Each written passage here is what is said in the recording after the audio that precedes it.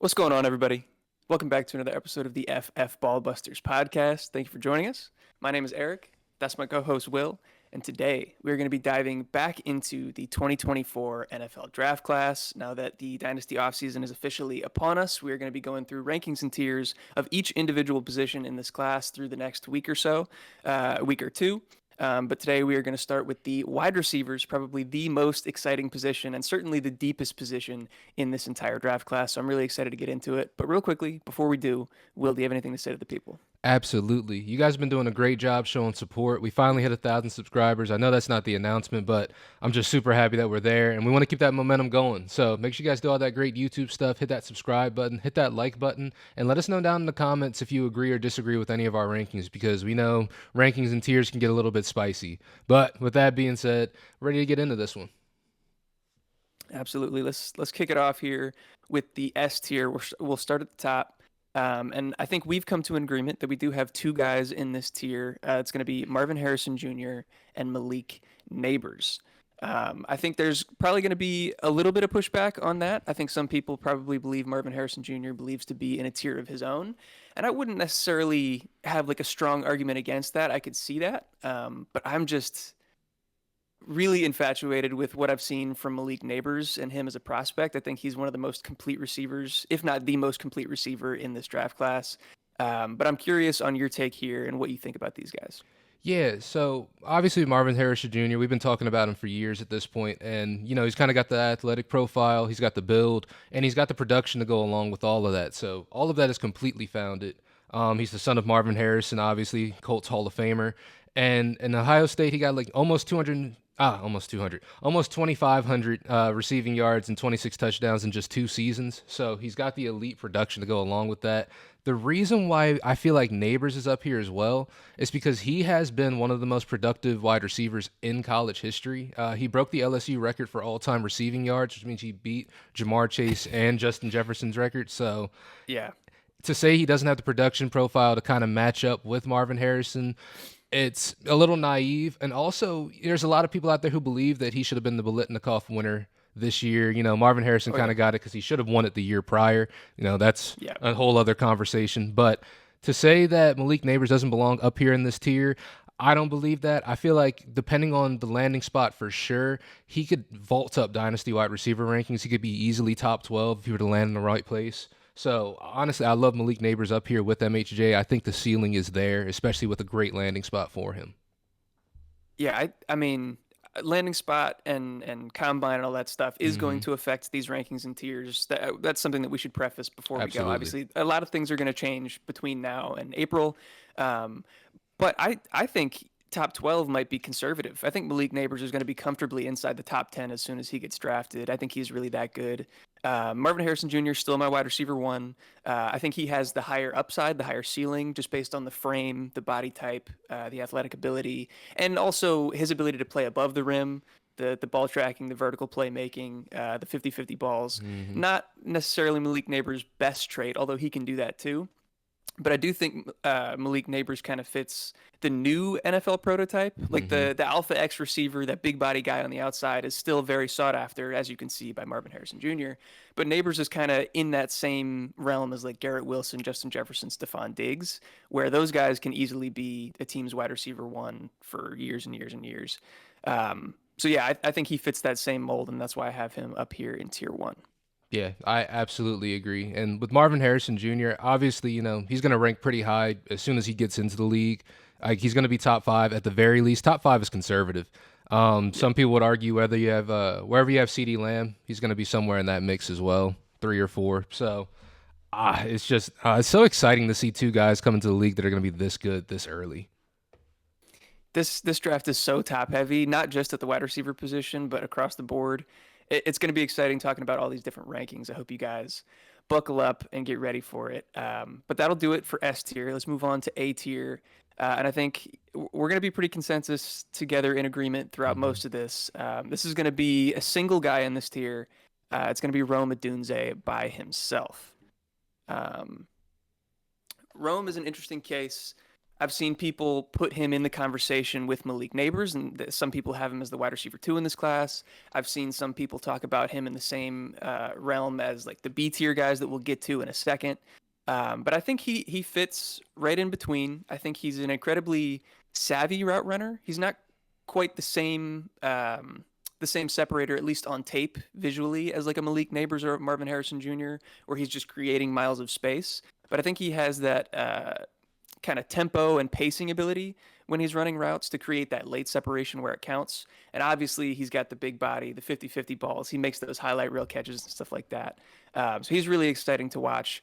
And I think that he's probably going to be a top 15 pick in the NFL draft. So the draft capital is going to be there to vault him high into the dynasty rankings. No, I absolutely agree. I think Romo Dunze has a great like combination of size, speed, and strength. And while he hasn't really been able to turn that into a lot of separation, he still has been able to make plays. Obviously, he's made why am I forgetting now? Michael Penix Jr. look really good this year. In that camp right there, where he's one of the guys who really elevated Michael Penix. But, you know, in terms of how I feel like he's going to do in the NFL, obviously there's some things he's going to have to work on, but that's kind of with every receiver coming into the league, really.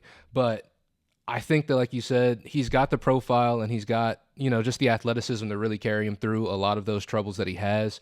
And as time goes along, I think route running is something that can get better. You know, he can become a better separator as time goes along. So I really like Romo Dunze here. I'm not, like you said, as low as the people are that would put him in the B tier. I feel like the separation stuff isn't as big of an issue because he does make up for that with his athleticism and the speed. So I really do like Romo Dunze in this tier by himself. Yeah, completely agree. And also, I think we are going to be putting out like individual player profiles for basically all of these guys. So we're not going to go super in depth individually for all of them. Otherwise, this video would take over an hour. But if you guys are interested, we will be putting those out shortly. But with that, let's move on to the B tier. Who do you want to put in here, Will? In the B tier, I got two guys in here that I feel like are pretty interchangeable. We've got Troy Franklin and we've got Brian Thomas Jr. Completely agree. So the reason why I feel like these two guys are pretty interchangeable, I think a lot of these guys, as we've said before, and we're going to kind of continue to say, it really depends on landing spot for them. But Brian Thomas has quietly had one of the more productive seasons and, you know, for LSU as well, alongside Malik Neighbors. So him being able to produce alongside another receiver who obviously is up there in that A tier, who is doing well, you just really love to see that. He had just under 1,200 yards and 17 touchdowns, and that's not a typo.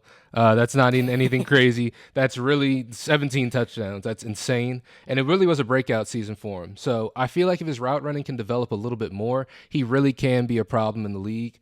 And when it comes to Troy Franklin, he's just like a really sort of a lankier, bigger receiver. I feel like his catch radius is crazy. I feel like just him as an athlete, he could do really, really well. But what do you feel about these two? Yeah, one, completely agree, interchangeable, love them both. But they really couldn't be more different. I feel like Troy Franklin, like you said, he's lankier, he's a skinnier guy, slighter frame, but he's an incredible route runner and separator. He's so quick and twitchy and smooth, just a technician out there on the field. Great at kind of varying his speeds and tempos, the same way we talked about with Roma Dunze and his ability to separate against physical corners, against faster corners, all that stuff. Whereas Brian Thomas Jr. is more of like the big body vertical playmaker. He can win the 50-50 ball. He can kind of box out defenders and stuff like that. But I do think he probably has a slightly higher upside of the two, because I think he is a great athlete and possesses the like lateral agility to become a better route runner. He just doesn't have that full route tree yet kind of in his bag right now. So I think he probably has a little bit higher upside, but I think Troy Franklin comes in and is probably more pro ready at this moment. Absolutely agree. Absolutely agree. All right, so that will be our B tier, and then we get into a little bit bigger of a tier here with a wide variety of players and different play styles here that I'm very interested to talk about. We have Adonai Mitchell, Xavier Worthy, Devontae Walker, Lad McConkey, and Keon Coleman, in whatever order you would like to put them in. Again, this is more about the tiers than the individual rankings. We'll do more individual rankings as we get closer towards the NFL draft and post combine and stuff like that. But we got all these guys in here. Will, who do you want to talk about first? I kind of want to talk about Keon Coleman because I feel like he was someone who started really high for us, and as time has went along, he's kind of Yeah. dropped a little bit in these rankings. Obviously, he's all the way down here in the C tier, and that's really because he hasn't been consistent. He started off the season really hot. He had some really great performances, but he's just doesn't really have that consistency when it comes to his route running. It's tough to really label him as a guy who could be like a true like elite wide receiver because he is an elite athlete. He's a great athlete. He's great at winning 50-50 balls. He's just got great size and speed and strength. He's got I guess better route running than people kind of, say, but at the end of the day, he's not great at the things that you would need a wide receiver to be great at. But he is a great athlete.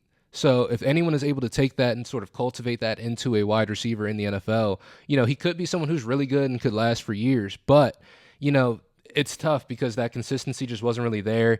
He's not a great separator. And I don't know, his release package isn't also great as well. It's just you want to see more out of him if you want him to be that true NFL wide receiver, which is why, he's dropped from being our wide receiver, I think 4 or 5 in the class to probably down here around 9 or 10. So, he really kind of showed that he needs to be more consistent in his game if he's going to succeed at the next level. No, I couldn't agree more. I think you might even be understating it. I think you might be giving him too much credit. He doesn't separate at all. Yeah. If you watch his tape, defenders are draped all over him constantly. And he's big enough and strong enough and athletic enough to make catches over them constantly. Like 50-50 balls are like 80-20 balls for him. I want to give credit where credit is due. He makes those wow plays, the jaw-dropping, super athletic, over like dunking on defenders type plays. But yeah, he doesn't separate. He can't run routes well. I don't think he has that lateral agility that we talked about with Brian Thomas Jr. to really improve enough to be a good route runner, even if he was coached up to do so. Hmm. Um, there have been rare instances where we've seen guys like this with this profile be really productive NFL receivers, but it's not very often. I kind of have my high end comp for him being like an Alshon Jeffrey, who had a really long career and never had a diverse route tree, but did enough to be productive in the NFL. And I have his low end at like N'Keal Harry. So Okay. wide range of outcomes, Yeah, very. but I'm definitely nervous for Keon. No, for sure, for sure. Who do you want to talk about next on this tier? Let's jump up to again. These guys are fairly interchangeable, but kind of the top of the tier for me in Adonai Mitchell, Yeah. at Adonai, however you say, AD Mitchell. Um, he's also a weird one in terms of like his consistency on tape. I feel like he showed so many flashes of really, really impressive ability, especially at his size, 6'4", 200 pounds, and he can run routes so smooth. He can be quick. He's got the athleticism to beat smaller corners and stuff like that. But then some plays you just don't see it. I don't know if it's an effort thing, a focus thing, or I don't know. I don't want to put those labels on him now because I haven't watched enough of the tape to really convince myself that like he can't do it. I know that he can, but the reason that he's not a little bit higher because with the body type, the athleticism, the ball skills, I think he could vault himself into that upper tier if I could see him be more consistent of a player. No, I absolutely agree with that. I would say that he is one of my more favorite of the two Texas receivers. I've been kind of Yeah. vocal about that throughout the season just because I feel like he is a more complete receiver. I feel like he's Yeah. got, a better route running. I feel like he's got, he tracks the ball very well. He's got reliable hands, stuff like that. Obviously he's dealt with some injuries, things like that, but I don't really knock him down for it at all, really, to be honest with you. And like you Yeah. said, with his frame, him being 6'4", 200 pounds, the catch radius is kind of crazy, to be honest. He's got a lot of different options out there. He gives quarterbacks a lot of options, really. Um, Yeah. and where do you feel like a guy like Adonai Mitchell, in terms of draft capital, where he could possibly land at? Because I know that's something we talked about with the earlier guys, but now we're in the C tier. In terms of NFL draft capital. Yes. So I actually have that in front of me. I was looking at his what is this from? NFL mock draft database. He is currently projected, I think, at the 34th pick. So kind of teetering between the end of the first and the beginning of the second round. So a fairly high draft capital for Hmm. him. That's really good right there. I like that. Like I said, he's I've considered him to be the better Texas receiver. Not to take anything away from Xavier Worthy, but I just feel like he does have more of that just complete package as a receiver. But looking at Xavier Worthy, just to I guess roll straight into that, he's a guy with out of this class with probably the most breakaway burner speed out of everyone. Yep. And we've seen how useful that can be in the NFL. We've seen guys who can just burn people with elite speed. I feel like there are parts of his game that could be better. He could have a little bit more nuance throughout his routes. I feel like he's one of those guys, not as bad as Jalen Hyatt was last year, but in terms of being sort of a one-trick kind of guy, that's sort of what he is here. But when you're really, really good at that one trick, it's tough to really knock him for it. You know what I'm saying? So Yeah. to have Xavier Worthy up here with these guys, I feel like he fits right in because he can have an impact. And NFL teams do need a guy who can help take the top off, who can help stretch the field out like that. So Xavier Worthy is going to be very valuable. I just feel like if I had to pick between him or Adonai Mitchell, I would probably go with Adonai Mitchell if I was an NFL team. That just to be honest. But as a No, prospect, I like Xavier Worthy. Yeah, I agree with you. I think AD should be up higher. I think Xavier, I definitely like him better than Hyatt, and I think you were kind of alluding to the same thing. I think he's got a little bit more route running ability, and I think he definitely has more yak ability than Jalen Hyatt did. So that's why he belongs in this tier to me. I think what he can do with the ball in his hands once he completes the catch is pretty good, but that also presents some issues because drops have been plaguing him his entire Yeah. college career. And so that could be a problem for him. But I think we've kind of outlined the two Texas guys. Let's talk about Devontae Walker out of UNC. He's going to be probably one of my favorite, maybe not sleepers. I think people are going to warm up to him, and he's going to rise up draft boards as we get closer. But not in that top tier of guys. He's going to be one of my favorite players. He's got all the athleticism in the world, great size at 6'3", 200 pounds. A really interesting story where he started at NC Central, and then that was the COVID year, and their program was too small, so they didn't play football, so he transferred to Kent State. And then I think like his grandma was sick, and so he wanted to transfer somewhere closer to her. That's why he went to UNC. But multiple transfers, the NCAA was trying to stop him from doing that. He ended up winning, but it meant that he didn't play the first 4 games of the year this year. So his counting stats, his box scores aren't as good as some of the other guys if you compare him there. But I urge you guys to go back and look at his Kent State tape, especially in 2022. They played a stacked schedule in the beginning of the year. I want to say they played Washington, Georgia, and somebody else of note. But in that Georgia game, he cooked Keely Ringo all day long. Like we saw him against NFL competition. That was the 2022 Georgia defense that had all of the NFL draft picks in it. Like I think this guy is legit, and he showed that he could do it at UNC as well with Drake May. He looked really, really good this year. Yeah, I remember when you at first brought him to my attention back before, at least this season when he wasn't playing yet. And then the second he started playing, dude was out the gates just amazing. Obviously, Yeah. he has Drake May throwing him the ball, so that also helps. But at the Right. same time, he's got to go out there and actually do it himself, and he did. But like you said, he's got all the athleticism in the world. I feel like he's one of the more raw prospects out here because, as much as he has been kind of bounced around, it's tough to really get a hold on exactly what his game is. But Yeah. what I have seen, I've been super impressed by.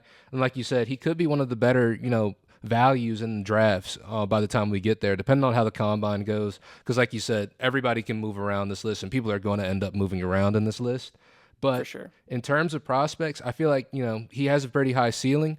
I feel like out of all these guys, actually, nah. Actually, I don't really feel that. I was gonna say I feel like his floor may be somewhere a little bit lower compared to some of these guys that are ahead of him, but at the same time, I feel like the ceiling is extremely high because he as raw of a Yeah. prospect as he is. So I like Tez Walker a lot. You brought him to my attention. I really do like him, and just the combination of athleticism, strength, balance, and just the versatility he can kind of bring to an offense because they kind of play him everywhere around the field, wherever they kind of need him because he is that good of an athlete. I think Yeah. NFL teams will see that and they'll like that a lot. He's so explosive. Yeah. He's a big play waiting to happen, and yeah, I love watching those guys on tape. And then last but not least here, we do have Vlad McConkey to talk about. Real lunch pail Um, guy. Let's get it. I want to get it out of the way first, right? Obviously, white receivers, everybody discounts, and I do too. As a white guy, I'm like, man, how good could he really be? This guy is one of the best separators in the entire class, and he's a really good athlete. He's not a sneaky good athlete. He's not he's not a tier down from anybody else. He's a really truly good athlete. And for comps' sake, so that you guys kind of get the vibe that we're talking about here, shout out to Angelo FF on Twitter for this comp. I think it's a really apt one. He said he's a faster Deontay Johnson. Like, put that in your mind, okay? I know he's white. His name is Lad McConkey. It's hard to get past that. I agree, but he's legit. He's for real. He can separate against the top SEC corners and DBs, and has been his entire career. He's a little bit slighter frame. He's only 185 pounds, and I think that will rear its head a little bit in the NFL. I think he can get bodied a little bit. His physicality is lacking, but in terms of separation ability and route running, he's up there with the best of them. I absolutely agree. I feel like, in terms of separation amongst these guys, he is elite when it comes to that. And he's great at finding space in the defense as well. And he plays bigger than, his frame actually is. So to even say he's small, he wouldn't play like it. So I feel like in a lot of other draft classes, just because this one is so deep, a lot of other draft classes, he would probably be a more highly touted prospect. And this year, he wasn't as productive as other years. It was kind of a weirder year, I feel like, for Ladd. He dealt with a fair amount of injuries. Yeah. And played through a lot of injuries as well. So yeah, his counting stats weren't great. But like you said, if we're looking at earlier tape and seeing that early breakout age and seeing how well he was doing in prior years, yeah, Ladd McConkey, I feel like he's going to be a good guy. And I feel like he's someone that NFL teams are going to value a lot because they need that guy that can separate, who can find that space. Because as we've seen Deontay Johnson, there are years where he's got the most targets out of any wide receiver in the league just because he earns them. He gets open. And if this guy's a faster Deontay Johnson, that just sounds like somebody you would want on your team, to be honest. Yeah, and he's not Deontay Johnson with the ball in his hands either. Deontay Johnson loves to run backwards. This guy is a real, legitimate yak threat. Go watch the highlights. Well, I mean, watch the tape in general, but I know most of you are probably just going to go watch the highlights. But you can see him in the open field, shake some people, and find the end zone. So, yeah, really impressive prospect here. But I think that will probably round out the C tier. Let's move on to the D tier here. Who do you want to put in here, Will? So on the D tier, we've got Malachi Corley, Xavier Leggett, and Jacob Cowing for this one. Yep.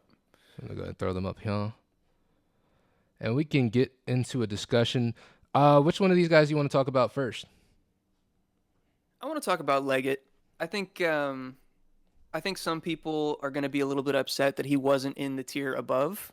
And I think that there can be there's an argument to be made for that, especially when we have Keon in that tier. And maybe that's something that we can talk about as we get further throughout the offseason. If we're comparing them, Keon at least had some production early on in his career. He's an early declare, and I think his athleticism is a little bit better. Leggett he is a really rare kind of size speed combo at 6'3", 227, and he's blazing fast in a straight line. I think they clocked him at over 22 miles per hour this season, which is insane. Incredibly fast.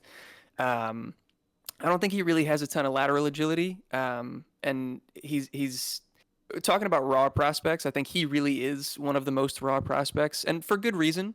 I think coming out of high school, he was actually a quarterback. Like, he was just the best athlete on the team, and a lot of times at lower tier high schools, they just put the best athlete at the quarterback position, and so he had to learn the wide receiver position when he came to college. But he's a fifth-year senior, turns 23 this month, and literally didn't produce at all. Like, didn't have over 20 receptions or 200 yards in a single season until his fifth year in college. So that's a really big red flag to me. But this year was great. 71 receptions, 1,255 yards, and 7 touchdowns. Albeit with injuries to basically the rest of the team, he was the only guy that was left. So that's why I kind of put him a tier below. I question what he can do. But size and speed, people are going to love that. Yeah, I feel like in terms of just all the rest of these receivers we really got on this list, he is the most raw prospect out of all of them. And that kind of shows in a fifth-year breakout, which is, like you said, not something you particularly want to see. But in terms of athleticism, he is up there with the best of them in this class. Like you said, he's really good in the open field, and he's really fast in a straight line. He's not the most quick. He's not the quickest person, but he's kind of got okay agility, stuff like that. But like you said, I just feel like him turning 23, fifth year breakout. It's just not great to see. It's not very indicative of things going forward. But as a raw prospect, he is exciting. He is someone I do want to see, and he's someone I would take a shot on to at least see what he can do. But I definitely wouldn't have him that much higher in these rankings. If I had him, honestly, I wouldn't have him any higher in the rankings. I think this is a great tier for him to be at right here. Yeah. I think he probably has the highest upside of the guys remaining, but also maybe the lowest floor. So a wide range of outcomes here. I would definitely agree with that. And then taking a look at Malachi Corley, he's kind of become one of my more favorite receivers in this class, at least to watch. He's a pretty exciting player to watch. He's really, really good in the short field. He's really good at running short routes. Like, he's spectacular at it. And he's a playmaker, honestly. He's aggressive. He doesn't shy away from contact at all, even though he's only 5'10", but he's 5'10", 211, so he's kind of stocky at 5'10". But with that being said, I feel like he does need to develop things a lot. I feel like his route tree needs to develop a little bit more. His footwork needs to get a little bit better. But, like, in terms of his play style, I'm trying to think of a guy that he reminds me of. Because he does remind Well, me. Who you got? everybody's gonna say Debo. Yeah, I would definitely agree with that. I would say, like, He's yeah, someone like him. he's the best yak threat in this draft class. So I get why people are going to compare him to Debo. I think Debo,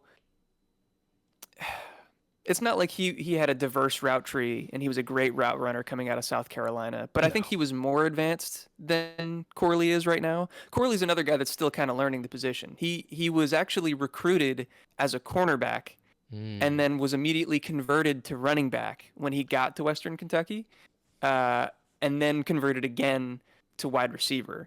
So he's still got a lot of room left to grow, which is why I think the potential is there. And also being a former running back, like his you see it in the play strength and the Yeah, aggression in the open field, yeah. which is why he's the best yak threat in the class. I don't want to go as high as the comp him to Debo just because I think that he was more developed.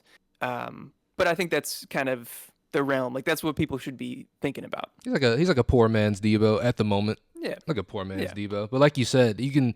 I didn't know that he was originally a running back, but that really makes sense with just the agility, his vision, and just like the way he plays. So that does make a yeah. lot of sense right there. And how do you feel about Mr. Cowing? I love Jacob Cowing, man. He's probably he's not projected to get very good draft capital. I think he's going to be a day 3 draft pick. And I think he's going to go under the radar in a lot of dynasty circles as well. And he's going to be the guy that I'm targeting probably late 3rd round, 4th round of rookie drafts. He's going to be one of my favorite guys in that range. He is a 5th-year senior, which you don't love analytically, which I'm surprised about. I thought he could have declared after his junior year. He played his first 3 years at UTEP and was really productive. Um, in his freshman year, really good per game numbers in the COVID shortened season in 2020, and then had his true breakout that junior year where he caught 70 balls for over 1,300 yards and 7 touchdowns at almost 20 yards per reception, which is ridiculous. Um, I thought he would have declared after that, but then he transferred to Arizona, had another great year, and then this year kind of tailed off a little bit because he had to compete with Teratoa McMillan or Teteroa. I'm not exactly sure how to pronounce that, but he's a guy that's probably going to be top 3, top 4 in the 2025 class. He's really impressive as well. Um, but just a really, really good route runner, just a like route technician type guy that's going to get open. That's going to translate to the next level for me. It's more going to be about situation and if he's given the opportunity. I think if he is, he's going to succeed once he gets there. I'm so glad. I feel like that us as a community, we've kind of gotten away from, especially after these last 2 years, we've gotten away from sort of the size concerns for these smaller Yeah. wide receivers because he's 5'11", 174, 175. So he is one of those smaller frame guys, but we've also seen a ton of those guys succeed in the league, especially this year with Jordan Addison, Tank Dell finding a lot of success as well.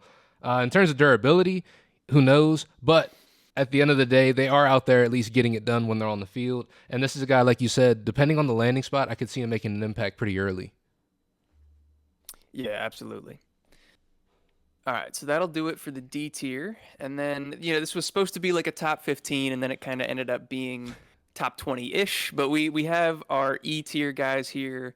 That's going to be Jalen Polk, Jermaine Burton, and Jalen McMillan. So we got both of the guys from Washington, and somebody that I don't think is being talked about enough in Jermaine Burton here. Where do you want to start? Let's start with the Washington guys. Let's start with Okay. Mr. Polk.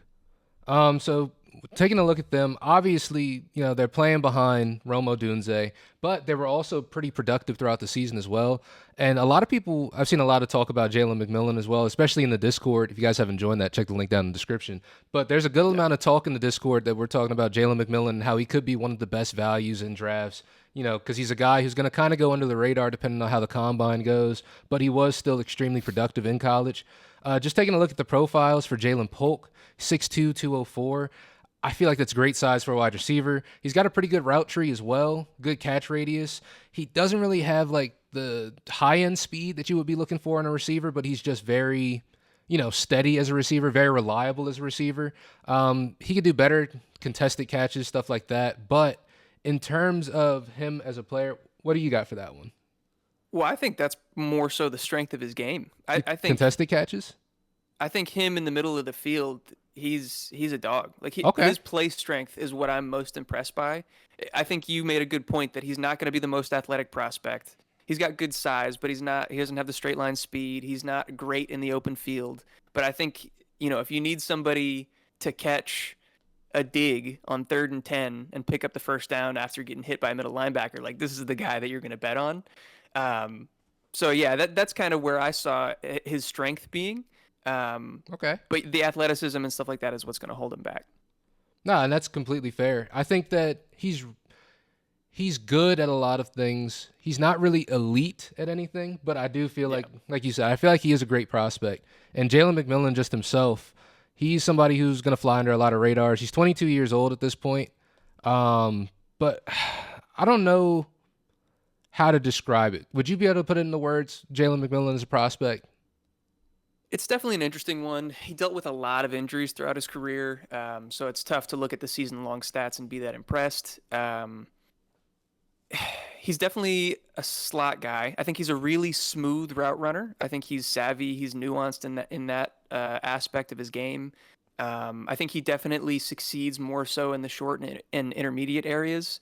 A lot of his production came off of like screens and slants and stuff like that. But I think he's capable of more. He showed some downfield playmaking ability at times. Um, but yeah, I'm not sure how well rounded he is at this point. And he's another guy that like I'm not super impressed by his athletic ability either. Not that it's bad. It's just not top tier. Yeah, I just feel like he's a guy who, at least for Washington this past season, he always got open when they needed somebody to get open. He was sort of Yeah, that, besides Rome Odunze, he was sort of that like that secondary go-to guy that always was like a late read. If a play was broken, he was always able to get open. You know what I mean? yeah. No, I agree. So it's tough to really put him like, higher than this. I feel like this is a great spot for him down here. But I do feel like he could be a great value for a lot of teams because he does just sort of bring that size and just overall sort of play style to the NFL in terms of just being an overall well-rounded wide receiver, you know? Yeah. No, I agree with you. But I am interested to And hear then what you got about Jermaine Burton right here. yeah, yeah. So the last guy to talk about, I think he could be a late riser. I'm interested to see what he does at the combine and what scouts think of him as we get deeper into the offseason. He played at Georgia, and was kind of buried by Pickens and Adonai Mitchell.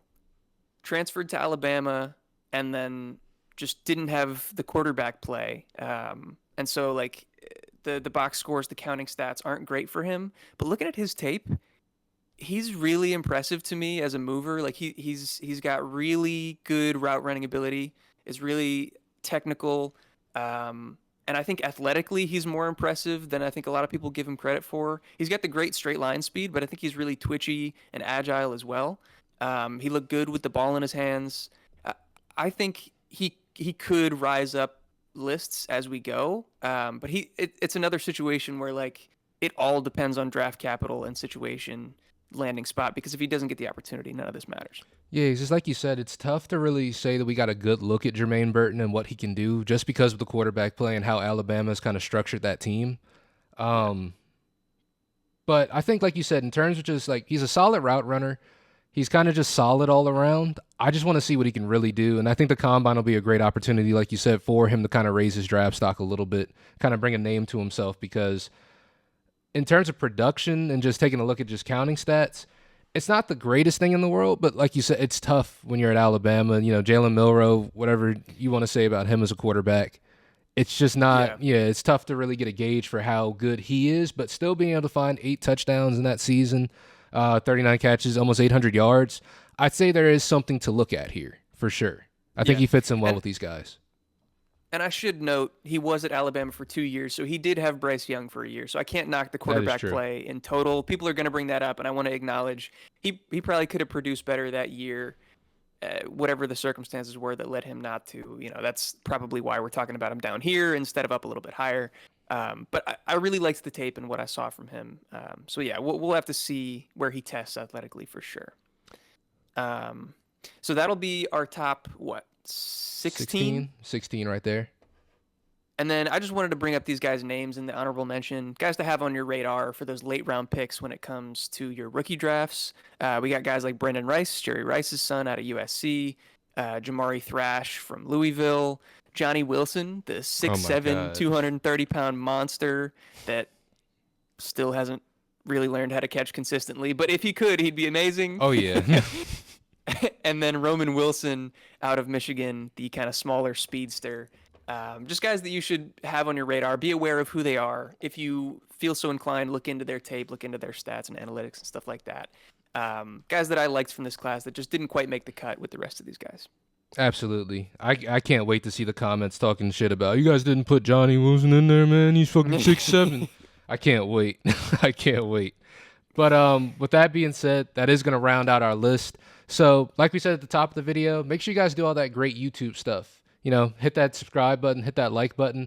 Let us know down in the comments what you think about our ranks and our tiers. We already know it's going to be a discussion, so let's be civil about it. But let's have some fun down there as well. And yeah, honestly, and yeah, make sure you guys comment down below. Eric, you got anything else for the people? I stalled out right there. And yeah. No, man, not too much more. Like Will mentioned earlier in the video, go check the link in our description for our Discord.